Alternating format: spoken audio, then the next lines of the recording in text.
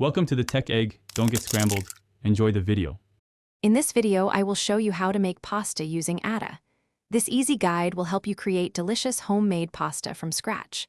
First, let's gather our simple ingredients. You will need about 2 cups of Atta flour, 1/2 cup of water, 1 teaspoon of salt, and 1 tablespoon of olive oil. Having everything ready makes the process much smoother and more enjoyable.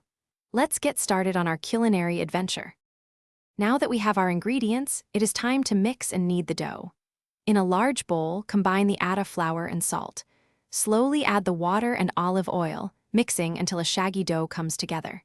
Then, transfer it to a clean surface and knead for about 8 to 10 minutes. You will notice it becoming smooth and elastic.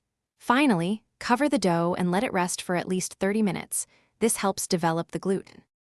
With our dough rested, it is time for the fun part. Shaping your pasta.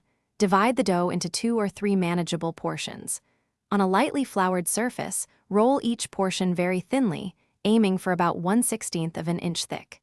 You can use a sharp knife to cut strips for fettuccine or squares for ravioli, or even a pasta machine.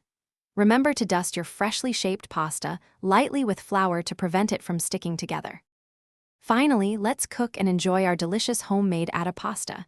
Bring a large pot of generously salted water to a rolling boil. Carefully add your fresh pasta and cook for only 2 to 4 minutes. Fresh pasta cooks much faster than dried, so keep a close eye on it. It is ready when it floats to the surface and is perfectly al dente. Drain it well, toss with your favorite sauce, and savor the wonderful flavors of your handmade creation. Enjoy! Thanks for watching. Consider subscribing if I helped unscramble your problems.